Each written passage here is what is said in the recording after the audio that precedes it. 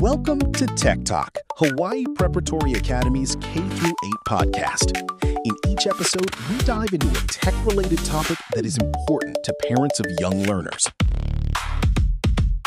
Imagine waking up tomorrow and realizing that the simple calculator on your desk is suddenly the smartest entity in your office. That is a pretty wild thought, yeah. Right. Like, it isn't just crunching numbers anymore. It's making executive decisions, anticipating market moves, and, well, learning new skills faster than your entire team combined. And for decades, we have interacted with technology as this completely passive tool. Yeah. You type in a prompt, you click a button, and the machine just executes a highly specific command. Exactly. It just sits there waiting for you. Right. It acts entirely as a subordinate.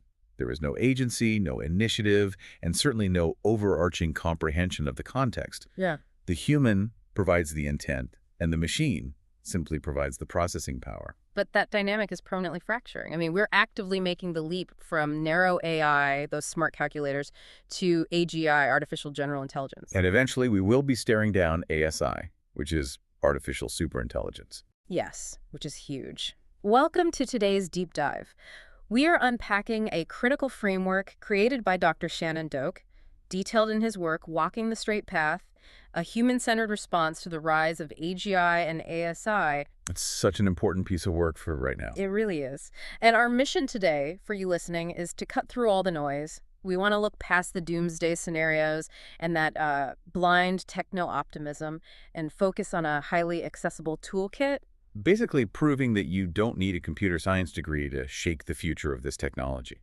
Okay, let's unpack this, because crossing the threshold into AGI feels like a fundamental shift in the human experience. It absolutely is a fundamental shift. Yeah. And Dr. Doak really emphasizes that we have to mentally transition these concepts out of the realm of science fiction. Because they aren't just movies anymore, right? Exactly. AGI and ASI are not abstract, someday philosophical thought experiments. They are present tense research frontiers shaping our immediate world. Which is almost scary to think about. It can be. The acceleration of these models is currently outpacing the predictions of the very people building them. Because the timeline is collapsing so rapidly, the source material establishes this grounding principle from the very first page. Right, the idea of choosing purpose over panic. Yes, purpose over panic and humanity over hype. We have to set that calm, grounded tone before doing anything else. That phrasing, humanity over hype, is so crucial because the hype is undeniably rooted in some staggering possibilities. Oh, absolutely. I mean, when you look at the source text, the sheer scale of what AGI could achieve is breathtaking. We are looking at personalized education models that can adapt in real time to the specific cognitive needs of every single student on Earth. It's incredible to think about. And we are talking about synthesizing decades of climate data to engineer actionable, localized solutions. The medical applications alone, like simulating millions of protein folds in seconds to cure diseases that have plagued us for centuries. It makes it incredibly tempting to just hand the keys over to the machines and let them drive. Yes, exactly. Let them fix everything. The allure of those solutions is powerful. But this brings us to a massive collision point in Dr. Doak's work. There is this profound tension between immense possibility and necessary responsibility. You're right, the big but in the room. Yeah, the big but. When the intelligence of a system scales exponentially faster than our framework for managing it, well, the risks multiply right alongside the rewards. What specific risks does he warn about? A few major ones. We're facing an unprecedented concentration of power in the hands of a very few tech conglomerates.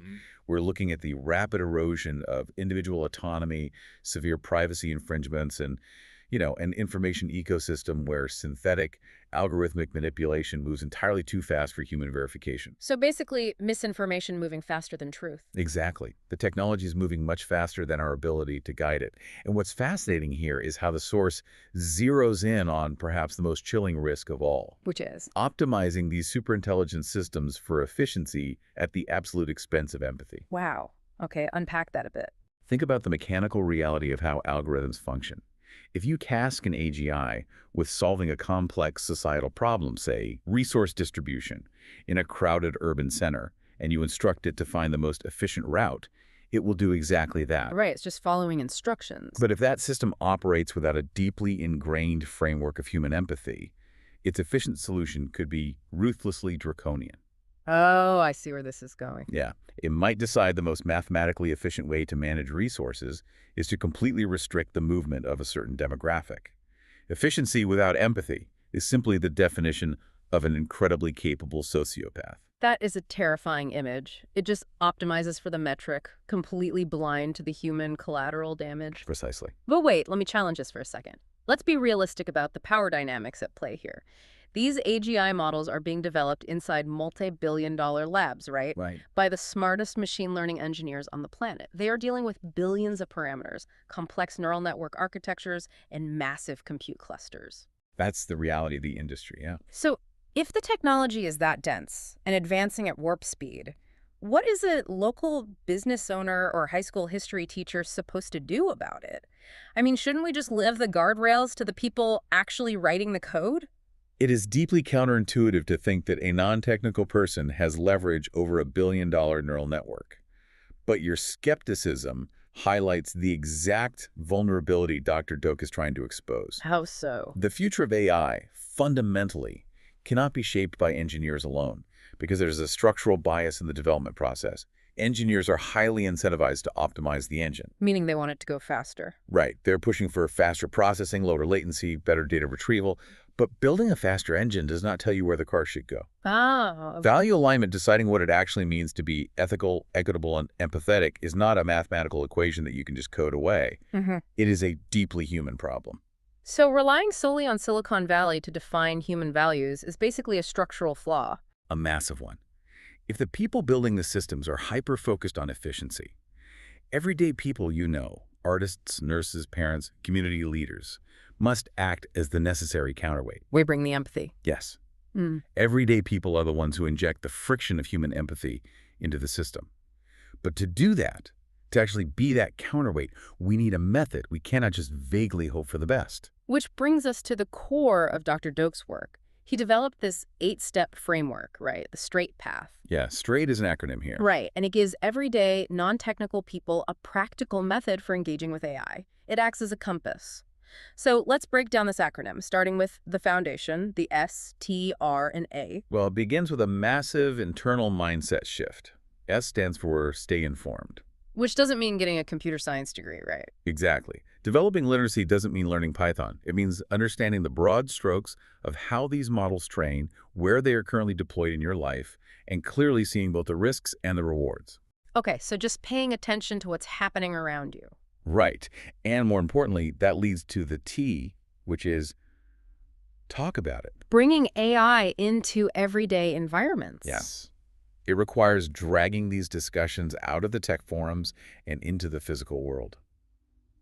Dr. Doak emphasizes that AI needs to be debated in classrooms, around dinner tables, in faculty lounges, and coffee shops. I actually look at this through the lens of what happened with social media over the last 15 years. Oh, that's a really good comparison. Yeah, think about it. Back in 2010, we didn't sit around the dinner table discussing the boundaries of this tech or the long-term psychological impact of algorithmic feeds. No, we definitely didn't. We just handed iPads to teenagers because it was novel and convenient. We completely surrendered to the technology by refusing to talk about its boundaries. And because we stayed silent, those algorithms passively rewired an entire generation's attention span. Exactly. They defined our family dynamics for us. And if we repeat that exact same silence with AGI, a technology exponentially more powerful than a social media feed, we won't just be outsourcing our attention, we'll be outsourcing our agency. That historical parallel is incredibly sharp. Surrendering through silence is the default human response to rapid technological convenience. By forcing the conversation, you disrupt that default. Which leads us to the R in the framework. Yes. Reflect on values. This is where Dr. Doak asks us some critical questions. What matters most to us? What won't we compromise? Basically, what kind of world are we building? Right. Identifying your absolute lines in the sand. And once you know those values, you move to A, which is advocate for ethics. Meaning you actually have to stand up for those values. Exactly. You actively support policies, communities, and companies that prioritize transparency, safety, and responsibility. So it's about putting pressure on the system. Yes. And if we connect this to the bigger picture, these first 4 steps, staying informed, talking about it, reflecting on values, and advocating for ethics, they are fundamentally about building a strong internal moral compass before we even touch a keyboard. That makes a lot of sense. Having a moral compass is essential, but how do we actively apply it when we are actually staring at a screen or dealing with these massive tech giants? That naturally brings us to the action-oriented second half of the path. Right. Here's where it gets really interesting as the framework moves from internal reflection to external action, starting with I, which stands for Include Diverse Voices. Dr. Doak is very clear here. We have to listen deeply, particularly to the populations most impacted by these technological shifts. Because historically, those voices get ignored. Exactly. The inclusion of diverse voices isn't just some corporate buzzword here. It is a mechanical necessity for safe AI. Whenever a disruptive technology is deployed, marginalized communities usually experience the negative impacts first. Right. The system breaks for them before it breaks for anyone else. In machine learning, these are often referred to as edge cases. If you only train an AGI model on data from highly affluent Western tech-centric demographics, the model will fundamentally fail when deployed in different cultural or economic contexts. So listening to diverse voices exposes the blind spots. Yes, listening to the populations most at risk of displacement or algorithmic bias is the only way to expose the blind spots of the technology before those blind spots cause real harm.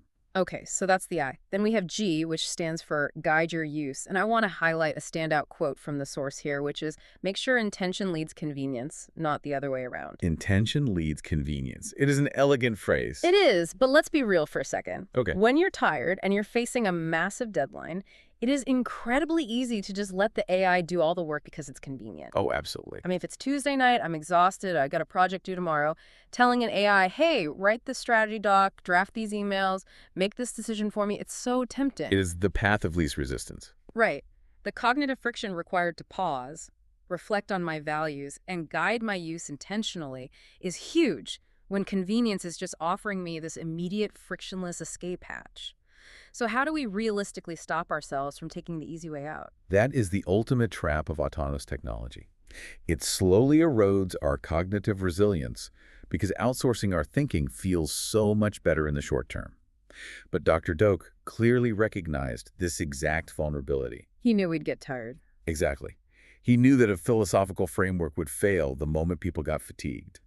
To bridge that gap, he conceptualized a practical support structure, which is the AI StrAIght app. Oh, wow. So an actual app, a technological tool designed to help you manage other technological tools. It sounds paradoxical, but it is deeply pragmatic. The app is designed to help with exactly this kind of fatigue. It lowers the activation energy required to be intentional. Do you need a technical background to use it? It's not at all. It serves as an interactive conversational coach. When you are fatigued and about to default to mindless convenience, the app provides personalized guidance and context-specific prompts. Like what? What does it ask? It might ask you to consider who could be impacted by the AI-generated output you are about to use. It breaks down the broader ethical framework into actionable, bite-sized steps. So it effectively builds the habit of intentionality for you. That is brilliant. Okay. It acts as a structural guardrail against your own exhaustion. It leverages the utility of an app to protect the critical thinking skills of the user. Exactly. And preserving that critical thinking is absolutely vital when we reach the broader societal actions the framework demands. Which brings us to H, hold companies accountable. This is a big one. The source is very clear that we cannot simply accept the infrastructure that is handed to us. We have to push for better and ask questions. Specifically, it warns, don't settle for black boxes. Accountability at this scale requires a complete refusal to accept these black box systems. When we interact with advanced AGI, the implications of its decisions are simply too vast to remain hidden. What's a good example of that? Well, say an AI system denies a small business a loan, or it flags a patient for a high-risk medical intervention, or even curates the political news an entire demographic sees. Okay. The company operating that system must be able to explain the exact logic behind those outputs. If the response is merely, the algorithm determined this and we cannot look inside the process, that is a fundamental threat to human agency. It's essentially tech-enabled authoritarianism at that point. If you can't audit the decision maker, you have no rights. Exactly. You have to demand explainability. And that massive societal push for transparency only happens if we embrace the final pillar of Dr. Doak's path, the T, teach and share. Yes, mentoring others and building collective literacy. Because no one can be left behind. Right. Knowledge hoarding in the age of superintelligence is incredibly dangerous. If the ability to intentionally navigate AGI is restricted to a small, privileged fraction of society, then all the power concentrates right back into those few hands. So we have to spread the knowledge. By mentoring others, by explaining these concepts to your family, your students, or your colleagues, you are democratizing the power to shape the future. You are building a decentralized network of human-centered counterweights. So what does this all mean? When you strip away the acronyms and the academic framing, what is the core mandate for you, the listener, right now? That's a great question. The overarching message of Dr. Doak's work is profoundly empowering. The transition to AGI and ASI is not a weather event. It is not a storm that we simply have to hunker down and endure. No, it doesn't just have to happen to us. Exactly. By consciously walking this path, by engaging in the discourse, defining your values, fiercely protecting your intention against convenience, demanding transparency from monopolies, and lifting up the literacy of the people around you, you are shifting from a passive consumer to an active architect of the future. You are asserting that technology must adapt to human complexity, rather than forcing humanity to adapt to algorithmic efficiency. And you don't need a background in computer science to do this. You simply need an unwavering commitment to our shared humanity. Choosing direction over drift, it's about ensuring the smartest entity in the room still ultimately answers to our values. This raises an important question, one that Dr. Doak asks directly as he concludes his framework. What kind of world do you want your children, your students, future generations to inherit? That is definitely not a rhetorical question. No, it demands active participation. And I want to leave you with one final thought to mull over, just expanding on the mechanisms of how these systems actually evolve. Lay it on us. Throughout this deep dive, we've touched on the fact that these models learn continuously from our behavior. The reinforcement learning pipeline of future AGI relies on scraping our dialogue, our interactions, and our decisions. They learn from watching us. Yes. So if future artificial superintelligence is fundamentally trained on human data, then the stakes of your individual behavior are infinitely higher than you might realize. Wow. Okay. Every single time you face a choice and you deliberately prioritize empathy over efficiency, whether that is in a digital interaction, a workplace decision, or a simple conversation offline, you're doing something profound. Are you, in fact, actively generating the very training data that future AI will need to finally understand what it truly means to be human? That reframes absolutely everything. Our daily, seemingly insignificant moments of empathy aren't just interpersonal kindness. They are the literal blueprints we are leaving behind for the machines. Exactly. We aren't just managing a superintelligent system, we are actively mentoring it through the data of our own lives. That is a massive responsibility, but honestly an incredibly hopeful one. It really is. Well, thank you for joining us on this deep dive. Keep questioning the defaults, keep walking the path with intention, and keep generating that empathetic training data. We'll see you next time.